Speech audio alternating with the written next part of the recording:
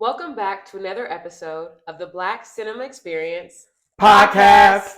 I'm your girl, JB, And I am Cameron. and today we watched a short film starring Joey Badass called Two Distant Strangers. Yes. Some of you may remember this movie did come out back in 2021. We were locked into our homes, and I think that's why Netflix was so willing to be explorative with this short film because I don't see a whole lot of short films on there, but this one, it caught the eye of many. Cameron, what award did this win? It won the Oscar. Oh, Best live short film. Best live short film. That sounds really good. It sounds very prestigious. And there was only 3 real cast in this film. So we have Joey Badass himself, Jovan, and we also have the girl Zaria. No last name was on this. It's just Zaria. Just Zaria. And then the guy who played our cop, the white man. Andrew something. We don't really talk about white people here, so we'll go ahead and skip on through him. And this film, I put it on today, okay? I shocked Cameron. He had a trauma response. So I want him to tell you first how he perceived this film out of that. Well, I was thoroughly shocked. I'm smiling and giggling, but this was a very, very serious movie to me. Because I was hoodwinked, I felt like. And this is our spoiler alert. We're going to jump right into it. I thought it was going to be a love story. It starts off with a man waking up with a woman after a one-night stand, but they have really good chemistry, so we think it's gonna go somewhere. And then he ends up leaving the apartment, and all hell breaks loose. Yeah, that's a great summary. No, it is a great summary. He never makes it home. That's the last sentence at all, and it gives you the Groundhog Day. It's happening over and over again. So it was very traumatic for me to keep seeing, a black man get unalived by police. Now, I would like to talk about the historical reason why this movie setup was so important. Because in 2021, we were really seeing a lot of riots and protests because of George Floyd and Breonna Taylor and all of these black murders that were happening at the time. Wow, I'm getting political. Ooh. And so this film is really an honor and tribute to those black people who have lost their lives due to unnecessary, uncalled for police violence or just violence against blacks. I mean, because, just violence against blacks altogether. So this film was a huge nod to that. So I know we haven't been talking about things like this, but I think this short film was the perfect way to tell the story of what we're experiencing every day, or what we see every day in the streets. The fact that at that time, in 2021, for whatever reason, it just felt like we had seen so many videos on Instagram of black bodies being murdered unjustly that everybody was getting really, really numb to it. Exactly. No warning, just black body. Yep. Just, another police murder. Another one down. Really, it gets straight up. You see everything on Instagram. You see everything on social media. So it was really just a really fucked up time for, I think, a lot of black people culturally to see all of this. So to see this movie, to see how it addressed the situation, it was really rough, but amazing. I think that using this love story in the beginning to kind of entrap us into seeing and falling in love with the idea of black love or black couples or whatever, I think it was a really clever way to get us engaged with this character, to get us on his side quickly, to root for him. And they just did a lot of sentimental things to keep us on team. I hope he makes it home. Exactly.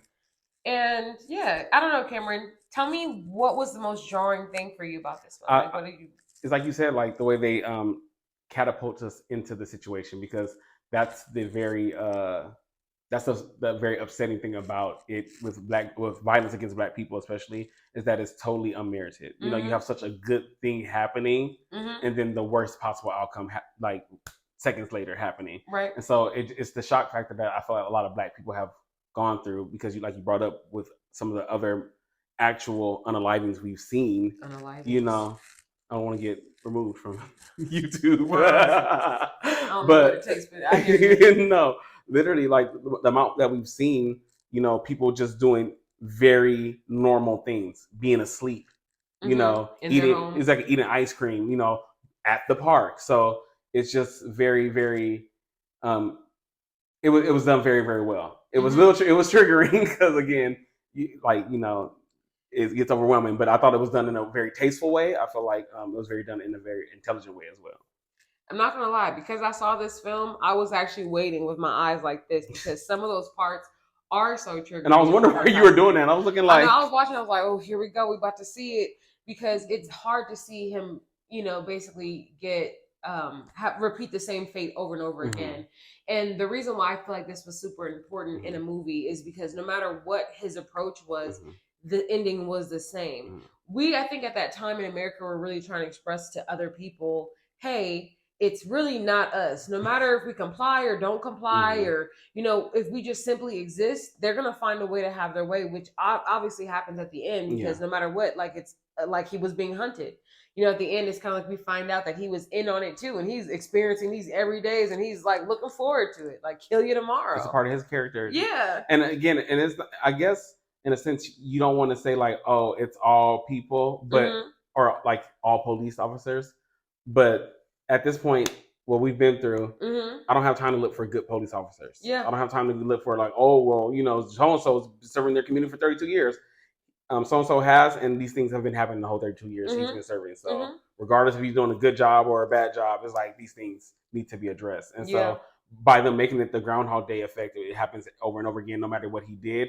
It just reignited that frustration you have with like, no matter what he did, like he tried to, he tried fighting back. He tried not fighting back. He tried not leaving the house. He tried not leaving the house. Like no matter what he was doing, he ended up it was the same. He ended up dying. Same every time.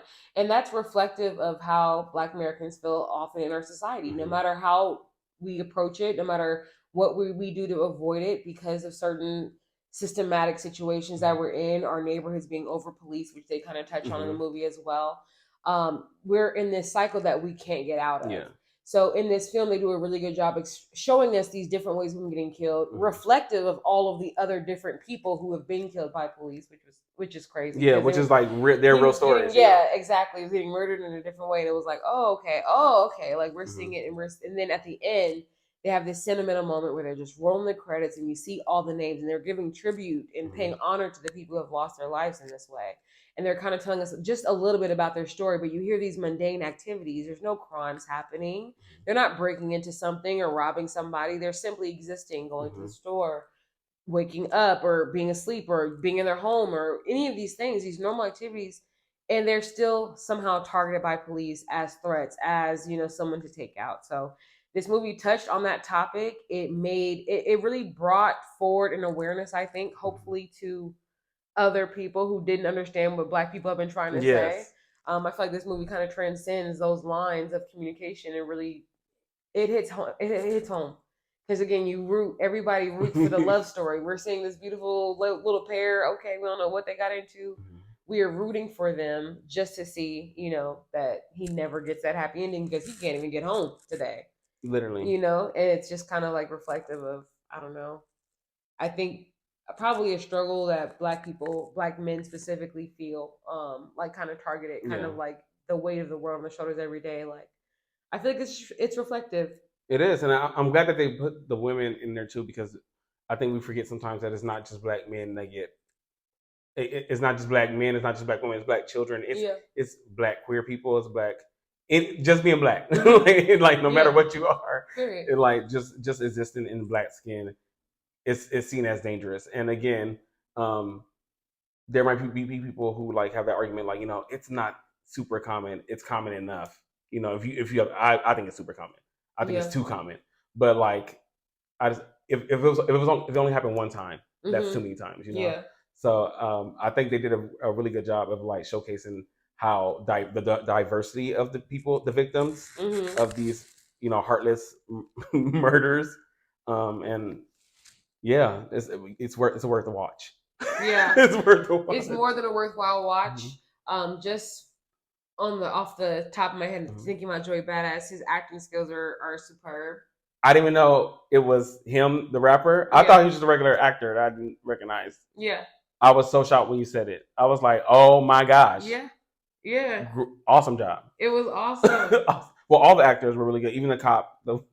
Even the cop was good. Yeah, no, he sold me. Yeah, with I hate that him. accent. I hate him. And the girlfriend who was just so charming and beautiful. And delightful. Like, how could you not love her? Little messy girl. I love the acting in this one, but also was just really well written because it gave us a couple other elements to play with. It wasn't just let's talk about police brutality, but it was also let's talk about, you know, the love that you have when you have a pet and you're living a single life. Let's talk about how they use different jobs for us. I mean, he was some type of what? He's programmer? a comic graphic designer, right? Comic book graphic design. He had a different type of career. He still had the nigga band of money, but you know, different career. Like, I'm not gonna mad nobody with no band of money. No. I don't care. No, it's yours. You got it, boss. You got it, boss. When is that? We got that much. It don't fit in the wallet. Let's just be honest. It don't fit in the wallet. So you know. But they took a different turn on a lot of the things that you normally see. So it was great to see how they were like elevating him in this other way, right? Yes. He was wearing a yellow hoodie. He wasn't wearing a dark color. You know what I mean? He was still polite and charming. Like, they really did a good job of painting him as a normal black guy. And yeah, that's the actor, the artist, Joey Bada. And I'm a fan. I'm a fan of his acting abilities. I'm a fan of the story that he participated in. I mean, this story was so big and he did such a good job delivering. I know, and it's also, I also want to touch on what you said about, what we said about in previous podcasts about trauma porn, because I know, again, we talk about like, you know, we don't want to see violence against Black people or like stereotypical things, but I feel like the way that they did it, the way that it was shown, although graphic, it was done well. Like, well, it was tolerable. It was done really well. It got the point across. To me, it was triggering, but I feel like it was done and it wasn't in a disrespectful manner, and I could appreciate how it was shown. Yeah. You know, with us experiencing that as a world together in like 21, 22, we all saw when TV shows started coming back and reliving COVID and then having the George Floyd. It's like every TV show put it in there, like 911, Scandal. Like, you're just seeing all of these shows do remakes of, there goes some police violence, there goes some brutality. Look, we're acknowledging the fact that COVID happened, and we're acknowledging George Floyd. Like, we get why people are at unrest, you know, like, we get it. So we see them create these things, and I can say that most of them failed at doing it tastefully, that they all made these representations to say, we hear you Black people, we're an ally, but they really missed the mark on like actually making you realize like what's really happening. Exactly. What's really happening is what Two Distant Strangers accomplished in this film by showing us, doesn't matter what you do today, doesn't matter how well you talk, doesn't matter how well you comply. Exactly. If certain people want to do certain things in certain areas, they're just going to do it. You know what I mean? And it's going to happen, and you're going to get the short end of the stick. Period. In the first time that he got killed, when the cop was choking him out, there's a moment where we're getting this up close on the cop, right? I know, traumatizing. Watch out, y'all. It's scary.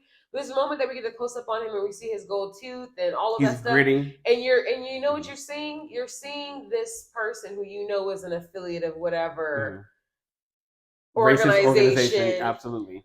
Whatever group that is literally set out to kill and things like that to Black people. Like, you know, you that didn't need to be written in. He didn't have to ever say who he was affiliated with. You knew when he gritted that grit and had that go to, oh, he's affiliated. And he's a cop. And he's the all-American with the wife and the 3 kids and the 2 dogs. Like, because they give his backstory. Because again, that was worse for me than the choking. Was when he was trying to come to common humanity. And the thing is, with some people are monsters. There is no common humanity. Yeah. Like, and they showed that too with certain. Again, they're not saying all cops, but they're saying that it's a problem. You know, you can't. The fact that you can see it in some cops, you know, like that they have those, it's already pre-programmed. Like when he was during the conversation, he was saying things like, you know, the Black guy's trying to be from understanding, and the white guy is like just still saying like underhanded, like like stuff like, stereotypical. I've never had like a conversation with you you all before, like with one of you before. Yeah. With one of who? Yeah. A person? Yeah. A human being? like tell me more. So right. That was what got me. I was just like, because there is no reasoning with evil. You can't reason with people like that. So this film does a great job explaining that. Like, listen, white people, we are y'all. Not all cops is bad. That's not what we saying when we say Black Lives Matter. Mm-hmm. That's not what we're saying. Mm-hmm. But we're saying that the ones out here exist. Mm-hmm. They make decisions that change the lives of entire humanity. There's no love story for somebody who encounters that day because they lost their keys and were locked outside of their apartment. And, again, like I said, during the credits, they show you the backstories of different people who have been, murdered. Mm-hmm. Ugh, I hate saying that word. No, it's hard. But they show you the backstories, and you're seeing all these normal things that they're doing, and it's like, wow, this is all it takes in America. This is it. This could be the end of somebody's love story. This could be. Mm-hmm. So I'm just gonna say right there, kudos to Joey Badass for killing his job acting in this, but also Trayvon Free, who is the writer, producer, et cetera, of this. One of the directors, got his Oscar. He did his thing. Well deserved. He did his thing. 32 minutes, short film, meet up, baby. I loved it. And I will say honestly, and again, not for the traumatizing part, but it did. I wish I had gotten more. Like, I thought I was like, is that it? I was like, like wanting the resolution, but we know what the point was. I know that resolution is not here, and we are working hard. Just like you said, I'm gonna fight every day to get home to my dog. Yeah. Again, the character development, the storyline. Well, I love that it wasn't even like to a family. It's like the simplicity of him just being able to be himself, like that he didn't get a chance to do. Yeah. It's not. It shouldn't have to be. He was a brother. He was a son. He was a person. Period. He was just living his life. Cameron, that's so beautiful. That makes so much sense. That adds so much more loveliness. It was just so sad. Because if he was a son and he was portrayed as that, we'd be rooting for him to go home for his mama. But they showed us him as just a single man living in this world with a dog. Mm-hmm. And even he deserves to make it home. Yeah. Whew. Period. Movie was too good. Not this movie preaching, getting the prayer hand out. No, seriously.